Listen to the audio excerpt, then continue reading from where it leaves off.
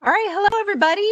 Thank you so much for joining me for what I think is a really, really fun topic, to write the grant or not to write the grant. That is the question, right? We've all been there as grant writers, having to decide if a particular funding opportunity is good for us or not good for us, or do we spend the time and the effort and the blood, sweat, and tears into writing a particular grant. That's what this topic is all about. So hopefully I have an opportunity to give you guys some good tips and tricks that will turn that kind of nebulous question in your head, like should we or shouldn't we, and sometimes it feels like a shot in the dark, into something that is a little bit more analytical. And you can almost even check off boxes and say, yep, we can do this, yep, we can do that, or no, we shouldn't, right? Okay, so that's what the goal is for the training today. Thank you so much to the Grant Professionals Association for inviting me here to do this for you. And thank you so much for the wonderful national conference that GPA does every single year. I am blessed and honored to be a part of this association and to be here today to be able to share this great information with you. So with that said, let me introduce myself a little bit. So this is me. My name is Andrea Hoff. And I'm the owner and president of a consulting company called You Thrive Training and Consulting.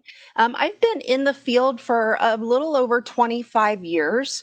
My particular background is in behavioral health, so I do write a lot of behavioral health type grants.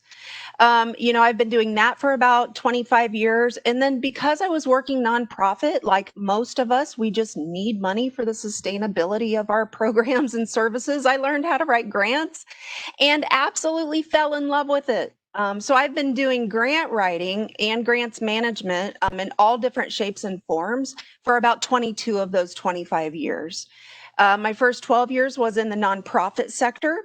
After that, I did move to the public sector, where I was actually working as a grant maker and as a funder. I did that for 13 years. I love the perspective that it gave me of kind of seeing both sides of the coin as a grant seeker as well as a grant maker. While I was a grant maker, though, I was still writing grants because, we all just still need to bring those dollars in, even for funding organizations.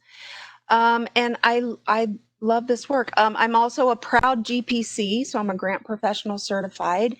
And I just hope that I can impart a little bit of wisdom on you that I've picked up over those 25 years and kind of working in both sides of the field, that'll help you really have the knowledge that you need to make some really informed choices about whether or not to go after funding opportunities, because there are good ways and bad ways to go about that, right? So let's talk about that. Here are our learning objectives for today. I hope that by the end of this session, at the end of you watching this session, you have the ability to know these three things. The first one is that you're going to learn to determine if you are fundable by demonstrating your connection between the funder's priorities and your, as in you being the applicant, your applicant credibility, the fundable service. The second one is that you learn what to look for in an RFP review. We're going to do a step-by-step process in that, and that you look at those 4 crucial elements to consider before deciding whether or not to apply. Here's our agenda for our time together. We will be talking about those strategic considerations for determining whether or not to apply, strategic really being the key word right there. We'll be looking at researching funder priorities, because that helps you determine that match. And then again, that 4-step RFP analysis process, which is what I use every time I'm trying to determine whether or not to go after a particular funding opportunity. It works for me. I hope that it can work for you as well.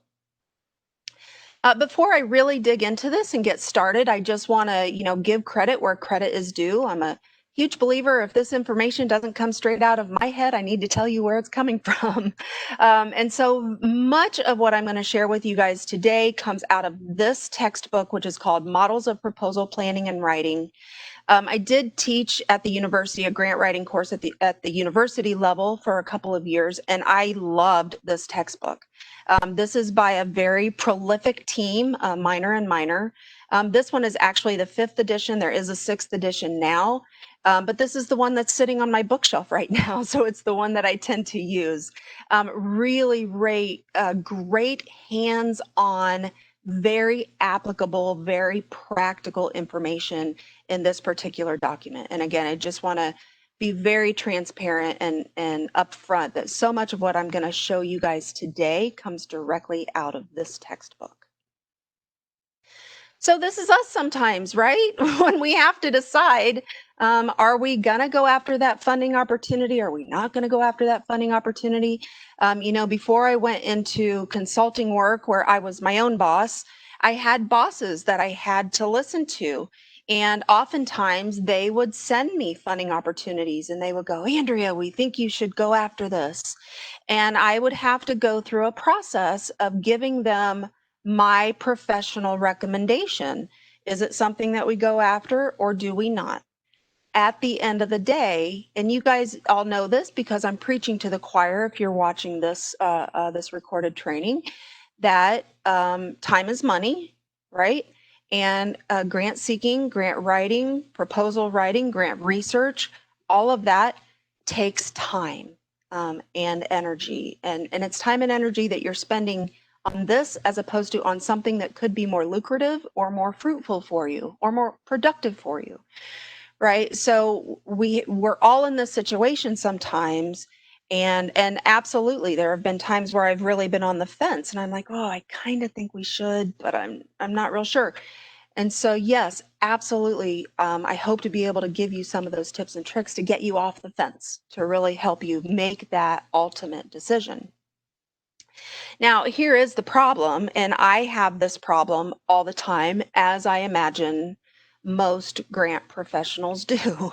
When I see a funding opportunity, an RFP is released, I see dollar signs like floating before my eyes, and I dream about them, right? Because I get excited about grants. I get excited about bringing money into my community that's going to make a difference in the lives of the people that I know need those services, right? Whatever your field may be, whatever discipline you're working in or working for.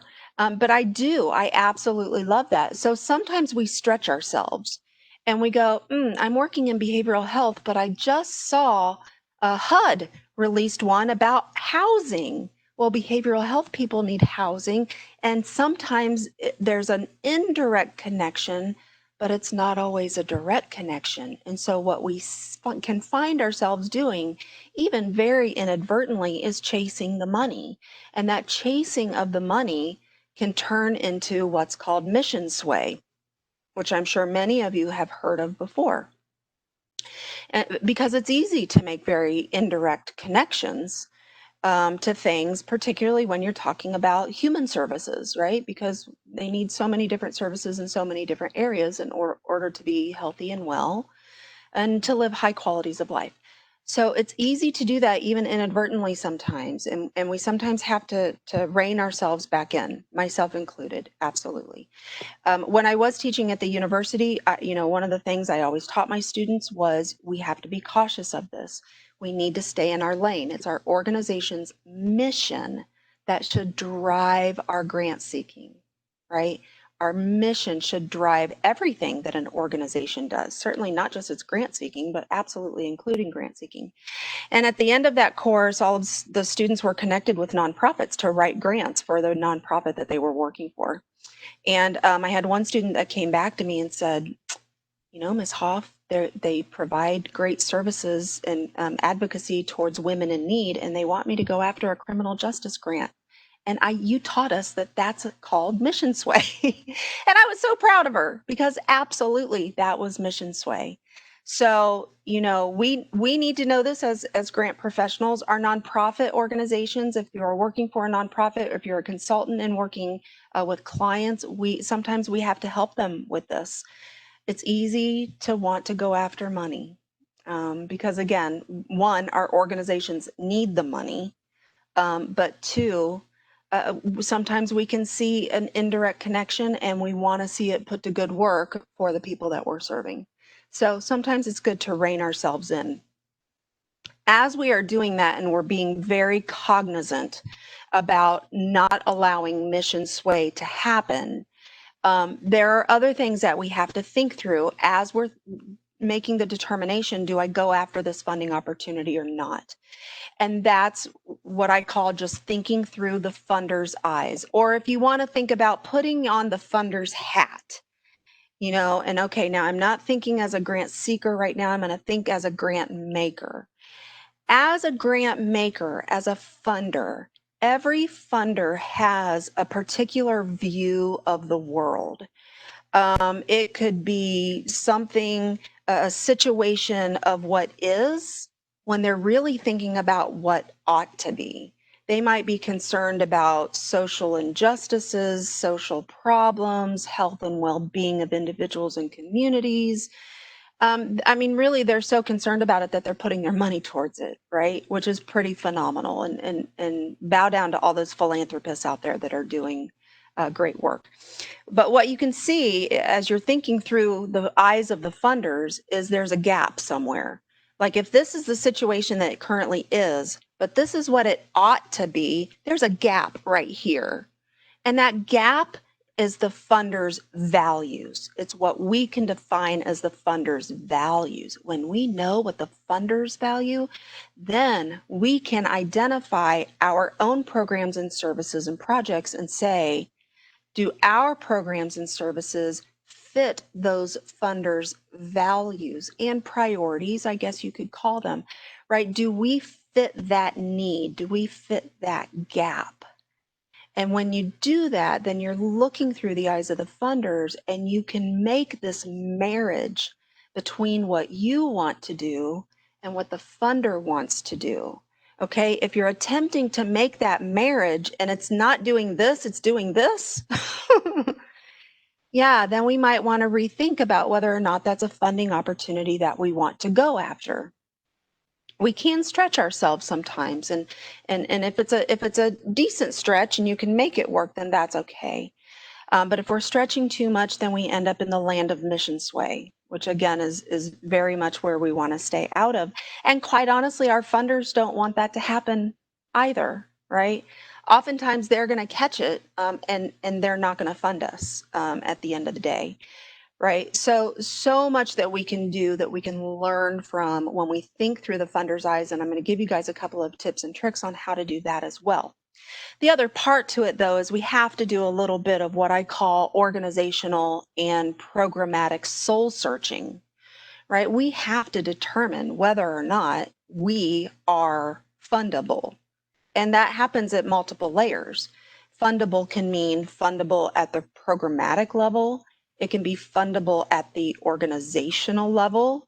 It can say, do we have a package of services that would be attractive to funders, something where they would see a return on investment enough to be willing to take a chance and give us an award? Do we have the capacity? And capacity can be multiple different levels as well. It can be staffing capacity. It can be financial capacity. Do we have the ability to expand? Do we have the ability to sustain services once a funding opportunity goes away, once it's at the end of its term? And so there's so much that we have to think about whether or not it's both a good fit within the funder's mission and our organizational mission, but have we done the due diligence that we need to do within our own organizations in order to be deemed fundable, so that then we can decide whether or not to go after a funding opportunity. Now, part of that is really researching funder priorities to determine whether or not that marriage happens between you and the funder. And again, I'm going to give you guys some tips and tricks on that. What I'm really getting at, in my really kind of long-winded way of saying it, is that we have to be strategic, right? We have to really strategically consider whether or not we are going to apply. And this, it's not really a novel idea. I don't know that there's anything new to that, but I've been in this field long enough to know that people who aren't sitting in my seat, those who are not the grant professionals, don't always think strategically. Again, it's the chasing of the money. I've had bosses come to me and say, Andrea, go after this money. Andrea, write this grant. Andrea, go do that, right? Because they just see it as a funding opportunity without thinking through it strategically. Strategic thinking forces us to really think about and understand what I called the programmatic and organizational soul searching. What are our strengths? What are our weaknesses? Where are we credible? Where do we have areas for improvement? And not just we as in and of ourselves, but, and I love this quote from Minor and Minor, your credibility and uniqueness are only strengths to the extent that they fulfill the funder's needs, right? I mean, we're all really passionate about the work that we do, about the services that we provide, about the people that we serve. We're all really passionate about it. And yes, I've been in that situation where it was, how dare they? How dare that funder not think that this is worthy of funding, right? But we have to, again, think about this very strategically, not allow our own passion for the work that we do to be the thing that gets in our way, but thinking about the uniqueness and the credibility of what we do, and then thinking through the funder's eyes and saying, does our uniqueness and our credibility, is it a strength based on the funder's needs, the funder's priorities, and what it is that the funder is going to value and what it is that they're going to deem worthy of an award, right? That takes strategic thinking. Okay, that's a little bit different than just these kind of gut assumptions of, oh, well, this in my field, well, this says behavioral health, so let's go after it. There's a little bit more to it than that. Let's think strategically. In the strategic thinking, essentially what we are doing is we're determining this fit. So we're moving away from anything that might be considered a mission sway, and we're defining that marriage, right? So the question is, how do we do that? And there are lots of different ways, right? You can see the list on the screen in front of you. I'm going to go over a couple of these on additional slides, but the first thing I'd like to say is, and again, I think I'm kind of preaching to the choir sometimes, grant writing, grant professionals are not just about writing, right? We call ourselves grant writers most of the time, but it's not just being at my desk, typing away. It's not just about that. It's also about relationships and building those trusting relationships, particularly when you talk about local funders. And I would say local funders at the public and private foundation level, at the corporate foundation level, even local governmental funders, and I would say even at the state level, building those trusting relationships. Part of that is being at the table. So if you are not at the table where your funders are gathering, okay, and think about where the majority of your community leaders are gathering, whatever that may be. If you have an annual event that is just a big ticket items for your community leaders, including your funders, you need to be at the table and you need to be a part of those discussions so that they see you in that light, not just as the person who's coming after them for money. Okay, and we'll talk a little bit about that when we talk about, actually talking to program officers.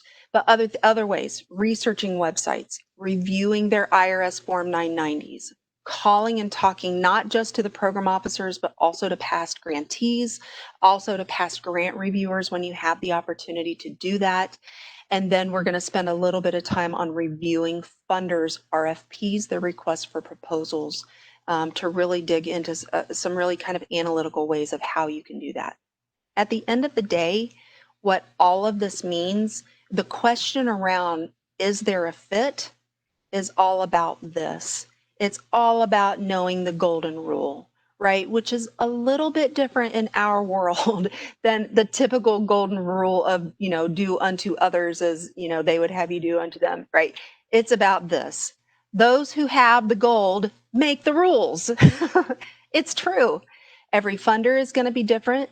They're going to have their own priorities, their own values, their own needs, their own requirements, what they're going to require you to do, both to apply and then to manage those funds, to report out on those funds. And it doesn't matter, honestly, at the end of the day, what we think about it, because they're the ones who have the gold, so they get to make the rules. I used to always tell my staff when I was working as a funder, and we would work with individuals who were blatantly uncooperative. And I would always tell my staff, don't make your funders mad, because then they don't want to fund you again. And there's a human aspect to that, right? Our funders are human as well and want to be treated with respect. And so much of that is building that trusting relationship. But that's also acknowledging the fact that they have the gold, so they get to make the rules. And it's our job as grant professionals to adhere to those rules, right? Absolutely. I always say to make our funders happy and to make their jobs easier. Very much so. It's about that as well. Okay, so what can we learn when we are doing our due diligence? And one of the first places that I go, we're living in a virtual world, is to go to funders' websites. Now, believe it or not, there are still funders, smaller, mostly family foundation funders that still don't have websites. I've experienced that here in my community. But not many of them, right? And so this is a great place to start because there is so much that you can learn. So this is just one example. So I live in the Dayton, Ohio area. And so this is a local foundation, a local community foundation here in my hometown called the Dayton Foundation. And this is a screenshot from their website. And so just if you take a look, and this is just their homepage. Take a look at their homepage and look at how much we can learn from them. And let me point out a couple of examples to you guys. Okay, number one, you can see this circled. They call themselves a regional community foundation. So maybe I don't live in Dayton, but I live in a surrounding area around the Dayton, Ohio area. I can go, okay, where they're not just funding in Dayton, they're regional. So I may be eligible. I may be within their geographic region, that's how they define it. And I would have to dig in a little bit deeper to figure that out. But that's good to know, right? Second one, right here. I know that they serve nonprofits, right? It says for not-for-profits. That's right there. If I'm a nonprofit organization, then I know I'm eligible. But look at this bottom one right here with a white circle around it. This tells us two different things. Number one, it says that they have priorities on preschool populations. So they do want to provide and prioritize funding for services that help preschoolers. If I'm an organization that provides services to preschoolers, that may pique my interest, right? But the second thing it tells me is that they funded a grant in the amount of $200,000.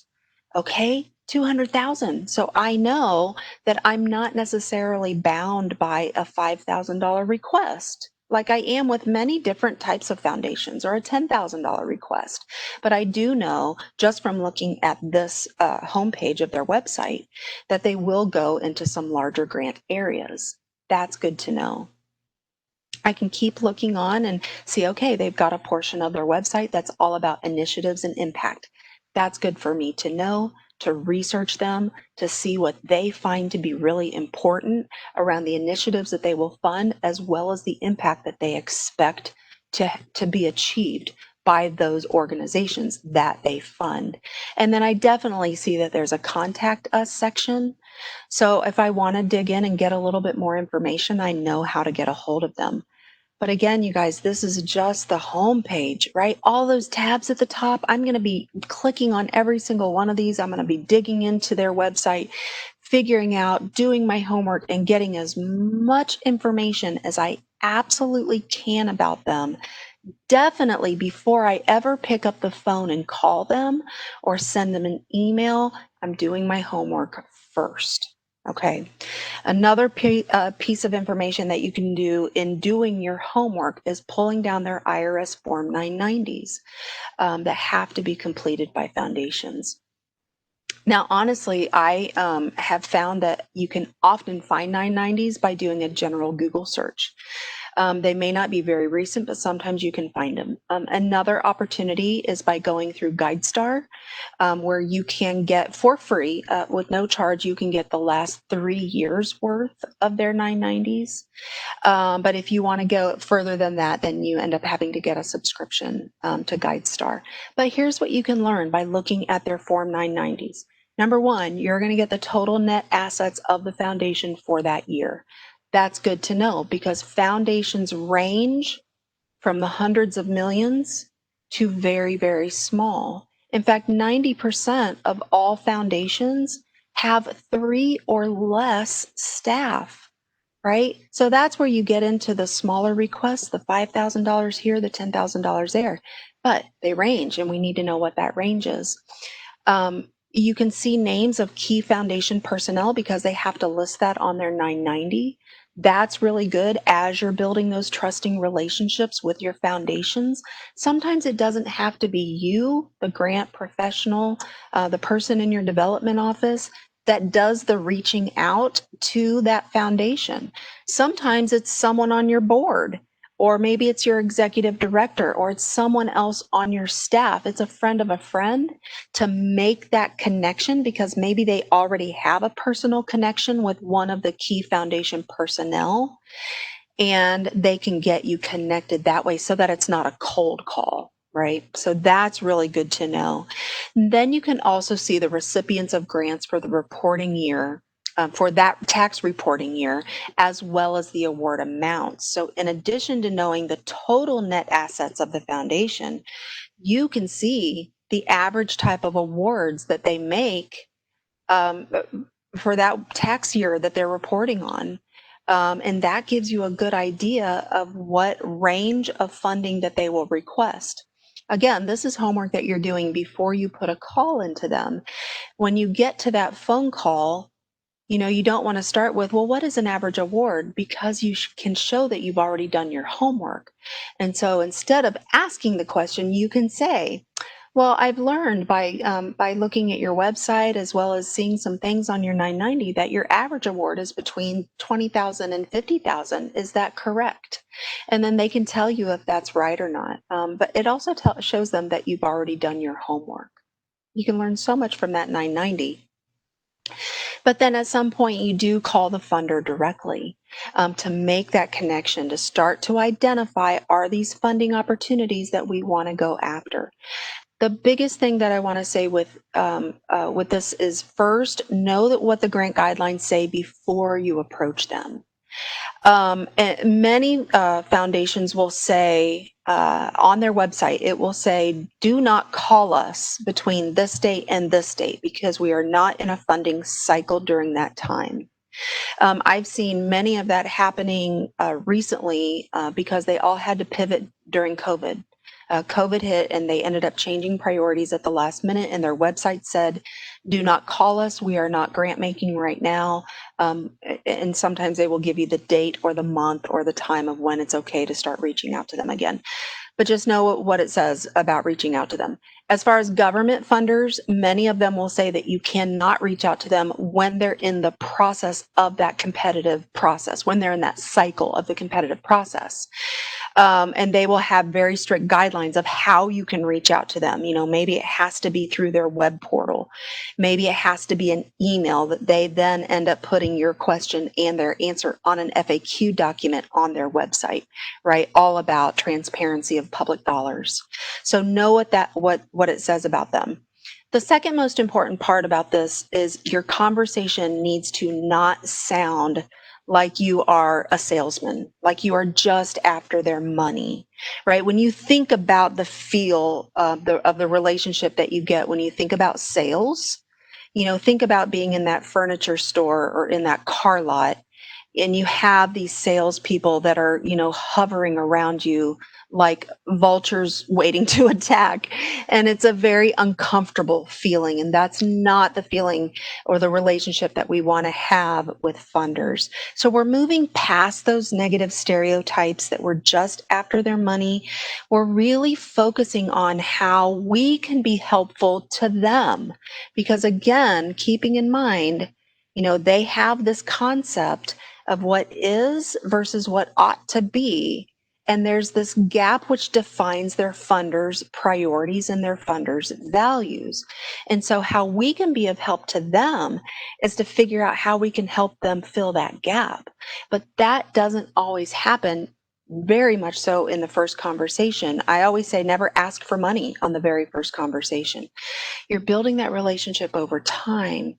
And then when it is appropriate, then you have an opportunity to propose a project idea or service that you then can very much say that it is in alignment with their priorities and their values. Now, I also like to say, please always go into that conversation with more than one program idea in mind, because they may very well say, no, I don't think that that's something that my board will be open to this time around. And you can say, oh, thank you for that feedback. I really appreciate that. I do have one other idea. Would you be willing to hear that one? And 9 times out of 10, they're going to go, sure, let me hear it. And the second idea, they make it be like, well, yeah, that sounds great. That's really in alignment with something that we are prioritizing at the moment. So yes, I recommend that you apply. Okay, go into that conversation. 1, having done your homework, and then 2, have those different program ideas in mind.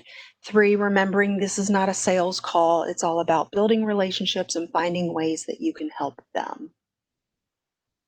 All right, now moving out of that conversation about building relationships with funders and doing homework on funders, now we're going to start talking about how you can dig into those RFPs and learn more about what the funder is really looking for in an RFP.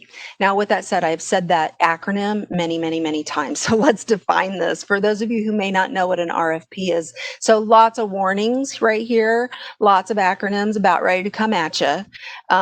Because while I'm using the term RFP, which stands for Request for Proposals, different funders use different terms. Now, throughout the rest of this training, I'm going to continue to use RFP just for simplicity's sake, but I want you guys to know that when you hear these other terms, that it also means technically the same thing. So we are talking about this document that a funder releases that outlines all of the requirements for applying for a particular funding opportunity. That's all it means. Okay, it tells you what they will accept funding for, and then if you're going to apply, how to apply. So while lots of funders call them RFPs, some of them call them RFAs. That's a very federal term, but I've actually seen that in other areas as well.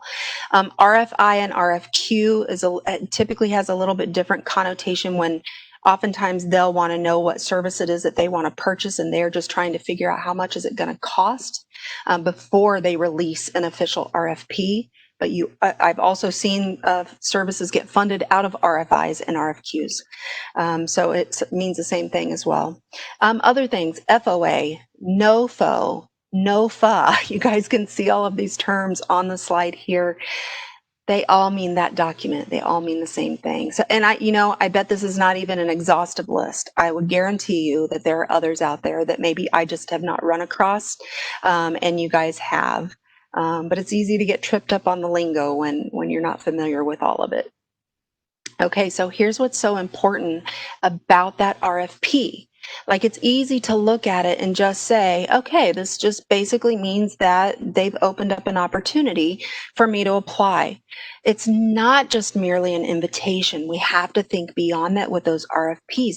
Those RFPs are gold mines for information, so much valuable information, right? Because this could be our first look into how the funder views the world in all of its magnitudes and all of its dimensions.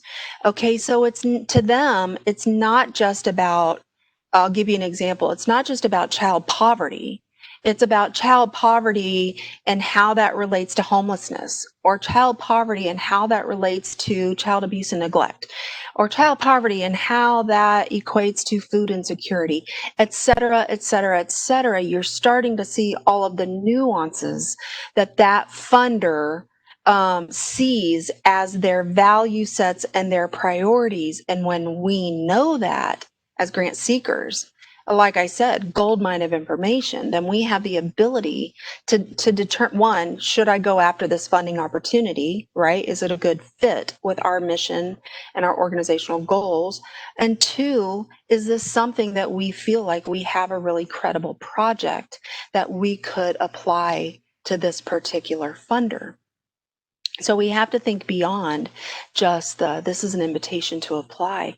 You can think of things in an RFP as like hot button items, right? If you start to see terminology that's in the first 5 pages 15 different times, then you're like, okay, this is a hot button item for this funder.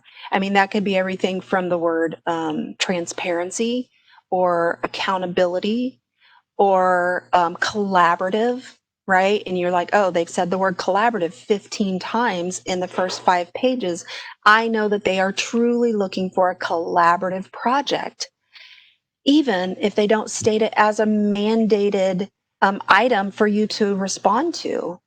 Maybe they don't, but we've read into it, right? So sometimes we have to read between the lines.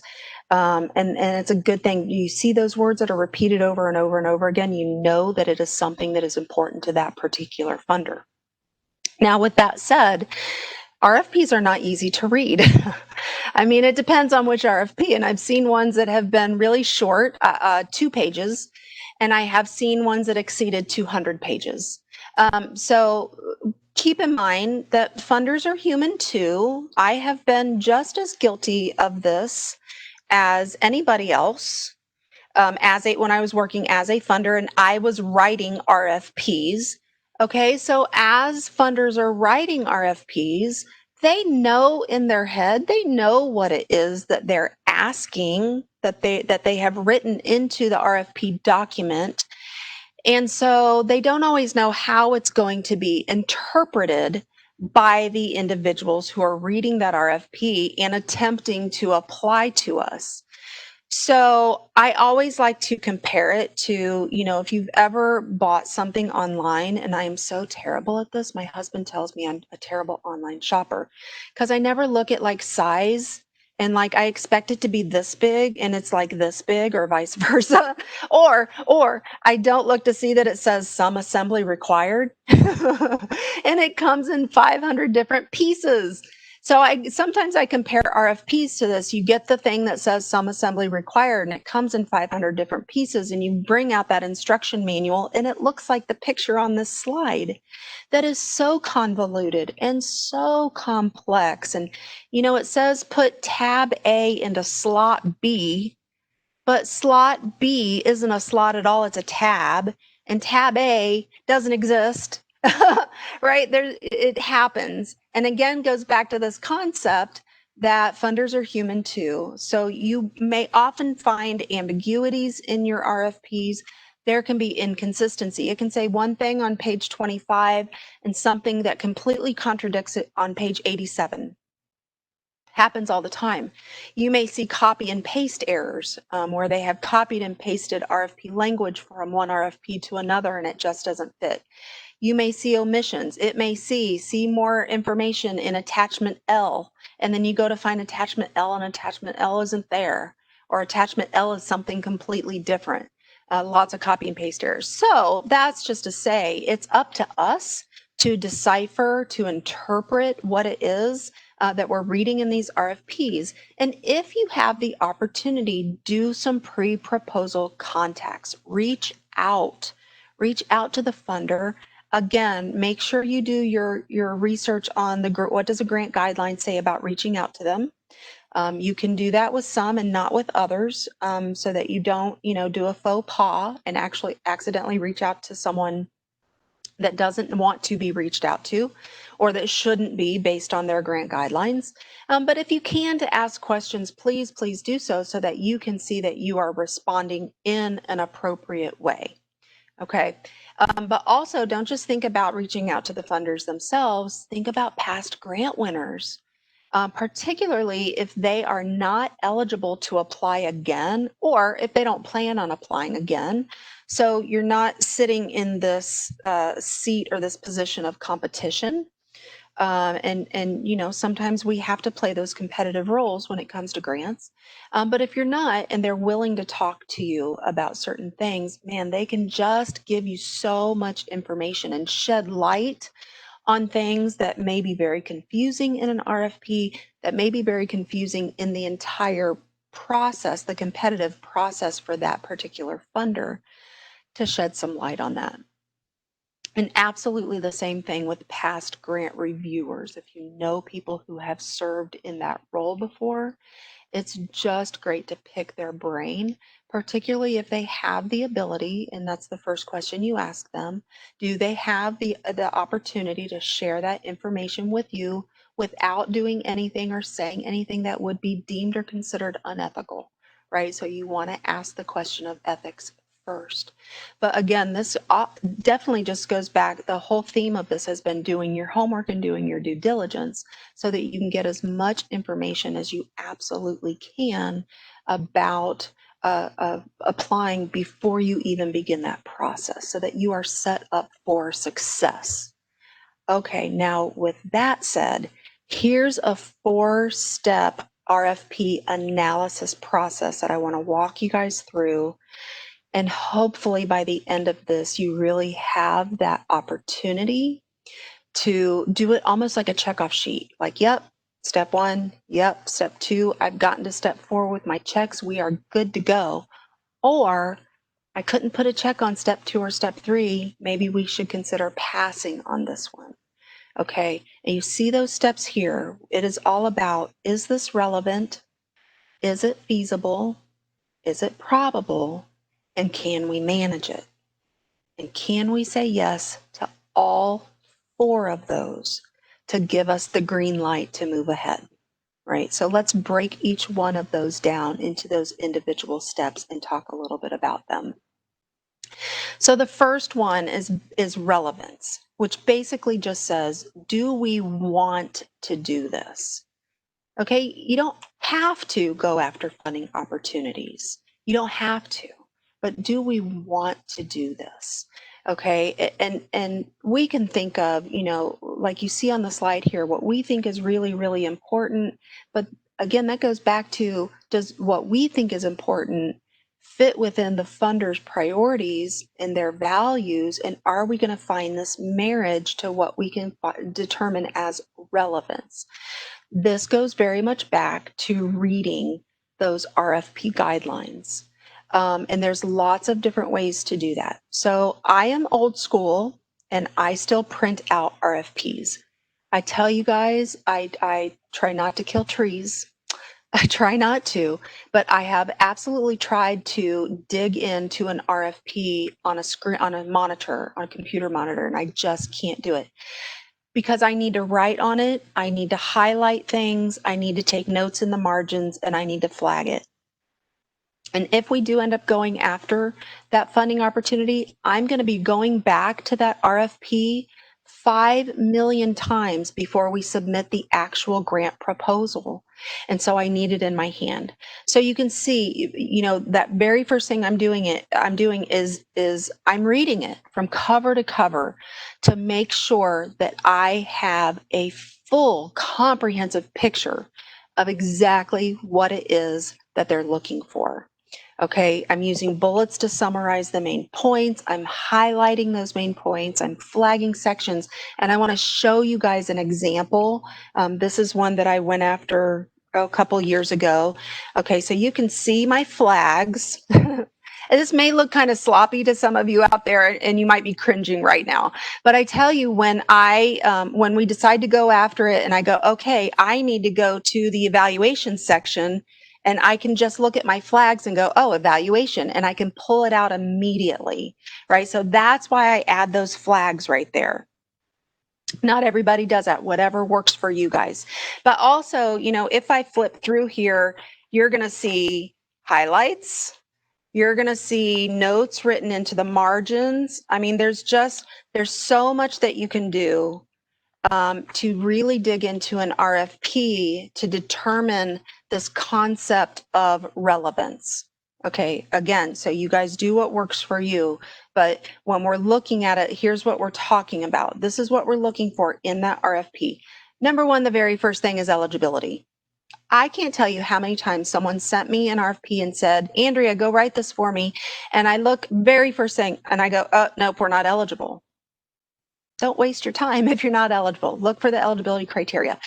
Number two, look for the total number of awards that they're going to make. Okay, this is really important, particularly with like state and federal government funders. Oftentimes it will say they're going to make 2 awards. And that's a very different process as far as your probability of getting funded than if they said we're going to make 200 awards. You see the difference, right? And quite honestly, the truth is oftentimes government funders for transparency purposes of public dollars will put things out in a competitive process even when they may have already decided who it is that they're going to fund. Okay, it's very true. It may even say they're only going to make 1 award. Typically, that means they already know who they're going to fund, so don't even bother with it. Okay. Now, if it's a very small amount and you see that they're going to do a geographic distribution of the money, and so they say they're only going to make 5 awards, but they're going to make 1 in each region of the nation, that's a little bit different, but you also know then that your competitiveness has to be really, really significant because, again, the probability is lower than if they were going to make a lot of awards. So a little tip there. Look at those funding levels and the project timeframes. It's very different to say, oh, we can go after $100,000. But if that $100,000 is spread out over 5 years, that's very different than $100,000 that's spread out over 12 months. Okay, so look at both the funding levels and the project timeframes to see if it's worth it. Then you also look at what's required of you to do, both from a reporting standpoint as well as from a programmatic standpoint, to say, man, they want all of this for only this amount of money. So you have to determine whether or not it's worth it. You're looking at what they're requiring for project objectives, for key target populations, any key dates, definitely when it's due. Okay, we'll talk a little bit about that. A match requirement. That one often becomes a make it or break it kind of situation. If they do require a match and you don't have the match, then you may, just put it aside and say, we can't do this one. Sustainability. Do you have the ability to sustain those services after the funding goes away, depending on how long the funding is for? And then any other kinds of limiting factors. That's what you're looking for in that first pass within an RFP. Are there any deal breakers that just says, nope, we're just not gonna spend our time on this? Is there anything that maybe puts you on the fence and says, okay, yeah, this is iffy, and then you can talk through that maybe with your organization's leadership or with other grant seekers to get their opinions on it? Or maybe you do go through that and say, yes, this is relevant. This is a good fit for us. We should go after this. Okay, those are all the things that you can get just through that first pass of your RFP. And that's your first box of, is it relevant? Step number 1, is it relevant? Do we want to do this? So you've gotten through that first one. Then here's the second one. The second one is feasibility. That basically says, not just do we want to do this, but can we? Can we do this? Blood, sweat, and tears. It takes a lot of time to put good proposals together, to do it in a way that's going to get you funded. And like you see on the slide where he says, what I really want to work on is my escape, but then you know how it is. Life takes over. Life takes over. Many of us don't ever just work on one project at a time. We have multiple tasks that we're working on and multiple responsibilities. And we have to figure out, is this going to be feasible? I mean, at the end of the day, can we really just get it done? So this is what we're looking at. Can we logistically say we have the ability to meet all of the specifications within the RFP and to get a proposal written and to get it written on time? So when is the deadline for the proposal to be submitted? Is it 6 weeks from now versus 5 days from now? Because there's a big difference. And then, one of the things I do is I look at my calendar between now and that deadline, and I go, what am I absolutely responsible for that's going to pull me away from writing this proposal? Or are there things on my calendar between now and that deadline date that I can push aside? I can reschedule those meetings to make time. And then the other question is, do we personally and professionally have the ability to work 12-hour days if needed to get it done, or to work weekends? Or we also have, personal commitments and family commitments that really doesn't allow that to happen. So we're looking at the logistics. Do you really just logistically have the ability to do it? Part of that is looking into the RFP requirements at those page, word, and or character limitations.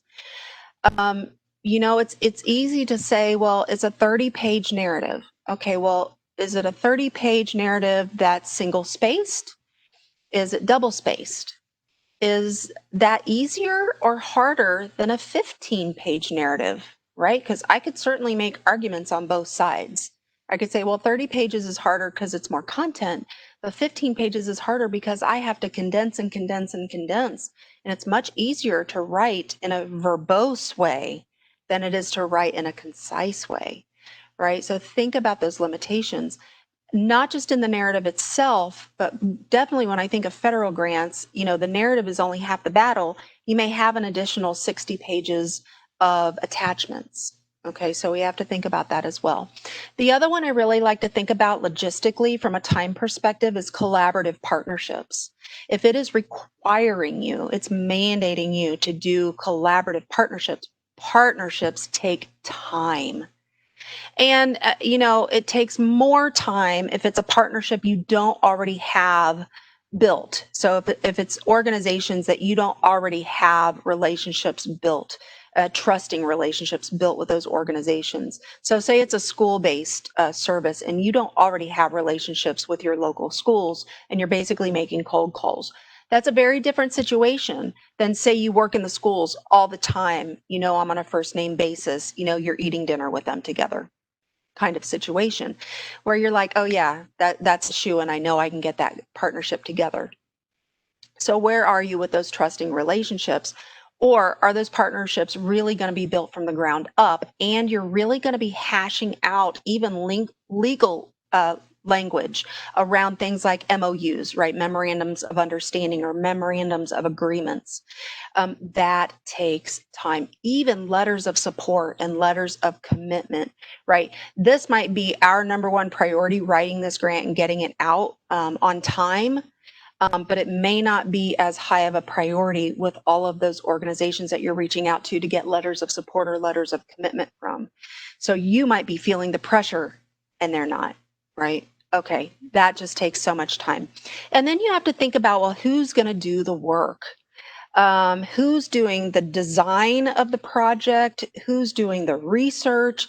Who's developing the evaluation for the project? Who's doing the actual writing? Are you a sole person? You're like the only person and you have to do it all? Who's writing the budget? Are you doing it all completely as an individual? Do you have a grants team where you can share the burden of the work across multiple people? Now, there's pros and cons to that as well, because sometimes working with teams of people, then you also have to monitor those other individuals. So there just is so much to think about when we think about feasibility. If you get through this self-reflection phase and you've said, yeah, I think we can do this. We've got a good grants team on board. We've got our collaborative partnerships. I've looked at the deadline. We've got the time to put this together. Awesome. Check on step number 2, and then we're moving on to step number 3.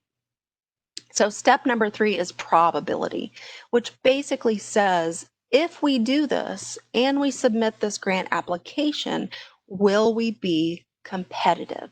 So it's not just about writing it and writing it by the deadline.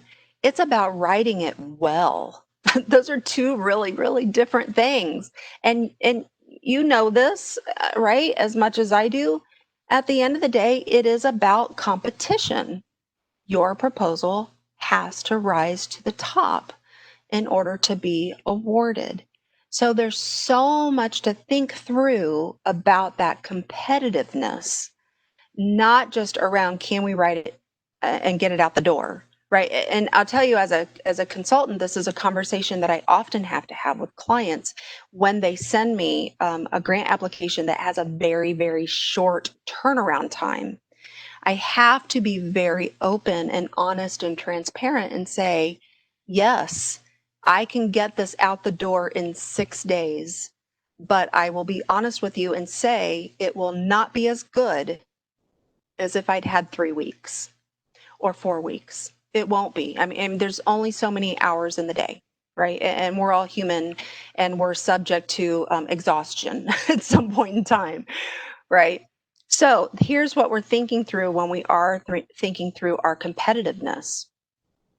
Again, back to that organizational and programmatic self-reflection. We have to think through our strengths. We have to think through our weaknesses, not just our own internal strengths and weaknesses, but how they compare to the values of the funders, which by this point in time you've learned about through their RFP, you've done a web search on them, maybe you've reviewed their 990s, maybe you've called and talked to them. So you have this idea of what the values of the funders are, and now you're saying, okay, let's self-reflect and say where do we line up with that? Do we have weaknesses that are gonna ding us in the competitive process? And be honest about that and say, yeah, you know what? Maybe we don't have a really strong evaluation component to this particular project. And this RFP is really requiring a really strict evaluation process. Okay, we can be honest about that. We can be honest and say it's really requiring really strong collaborative partnerships, and we don't have those partnerships right now. So we have to be honest about that. Yeah, could we write it and submit it? Yes. Would it be competitive? Maybe not so much because of the answers to those questions. So that does require that strategic thinking around our credibility and the areas that we need to improve upon. But also think through, who are you competing against? Who are your competitors?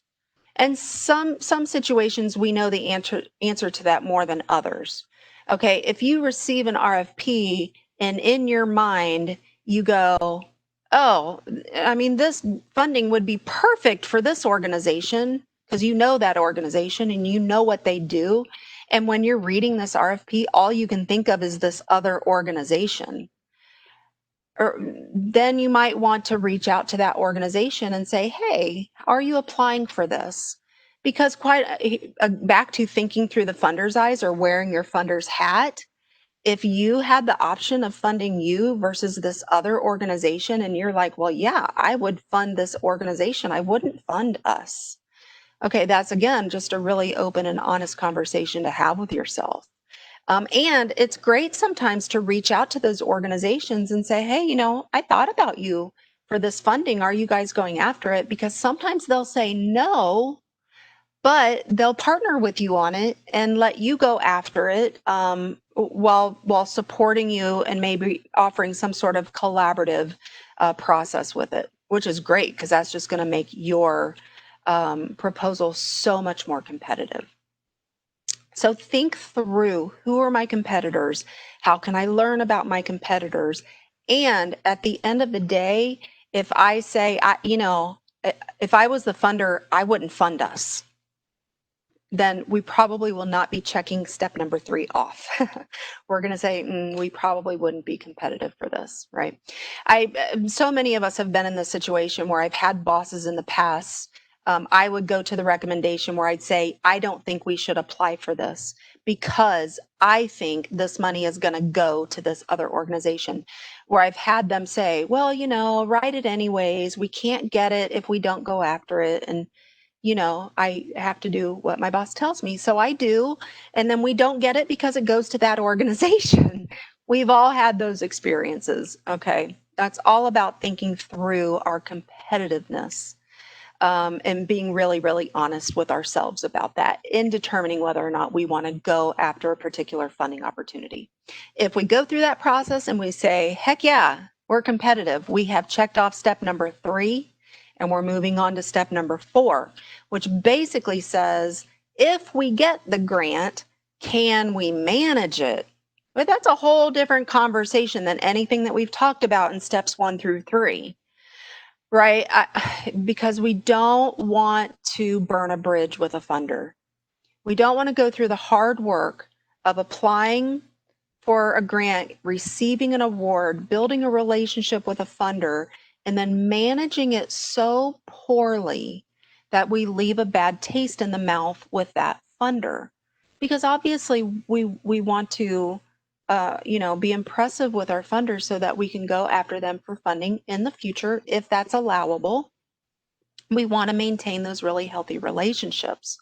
So if this is questionable, which really has to do with a capacity conversation, and can often be determined by the organization's leadership.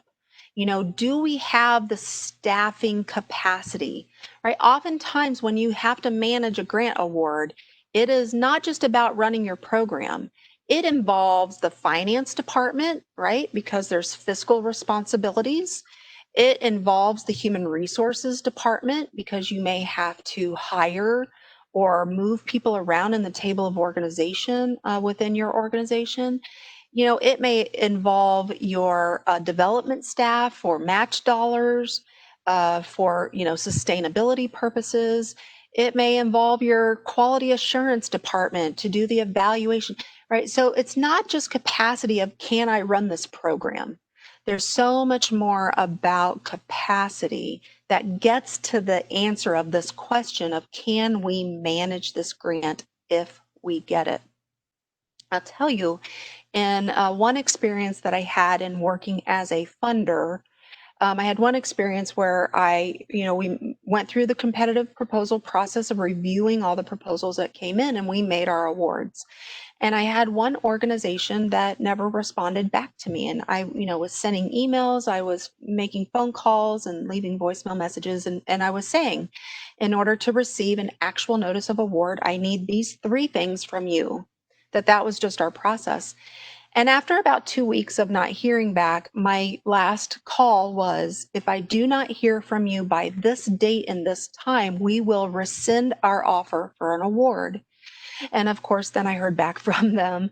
And what they said was, we wrote 4 different grants, never expecting to get all of them. And we got all 4 of them. And we now have a capacity issue. We cannot manage all 4 of these grants.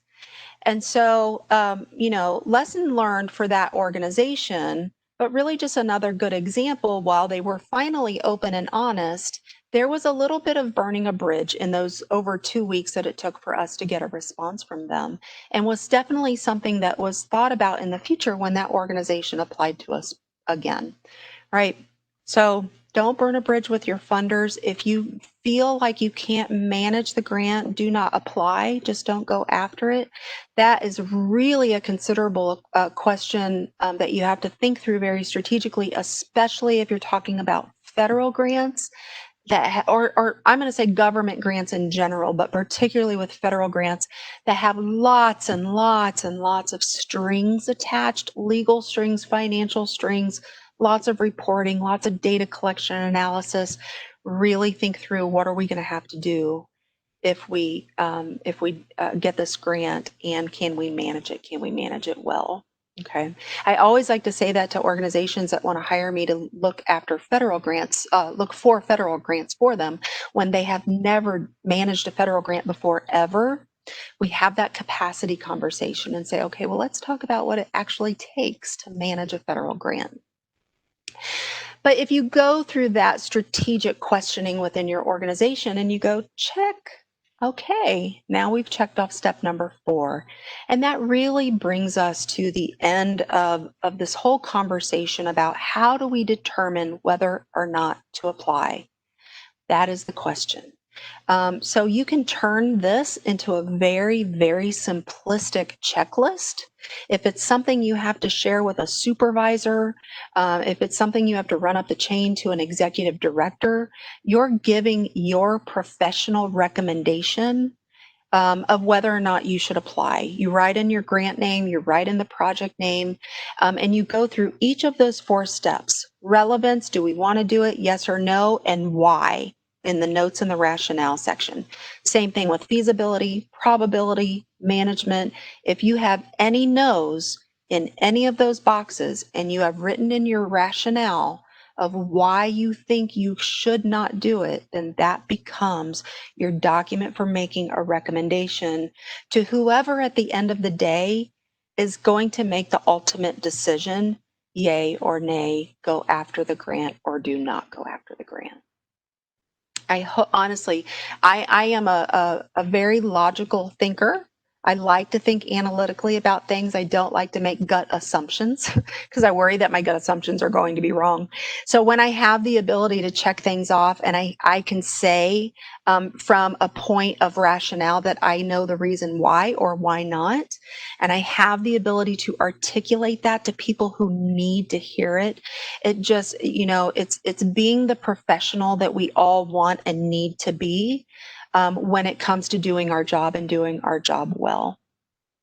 So really, just to summarize everything that you guys have heard so far within this presentation, think strategically, right? Not thinking strategically about whether or not to write the grant is going to waste time.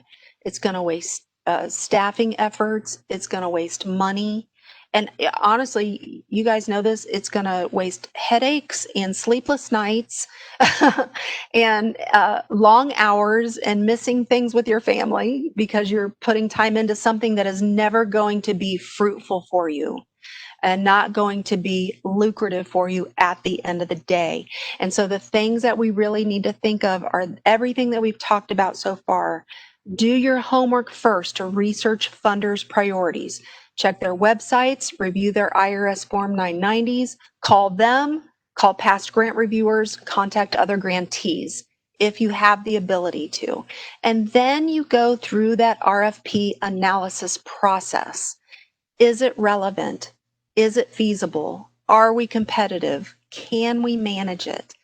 And you guys, if you've gone through all of that, you have done your due diligence to say, yes, we should go after this, or no, we shouldn't. And you're no longer on the fence, that uncomfortable place of being on the fence of going, I don't know, right?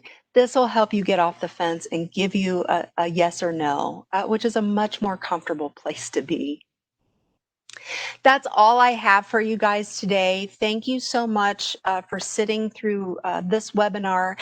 I hope that you had the opportunity to take away some really good tips and tricks that will be really practical for you guys and helping you decide whether or not to go after a funding opportunity.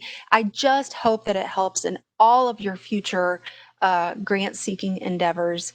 My name and contact information is up here if you ever need it for anything. And with that, I'm going to say a thank you one more time to the Grant Professionals Association for having me to bring this information to all of you and for running such amazing, wonderful associations and national conferences every year.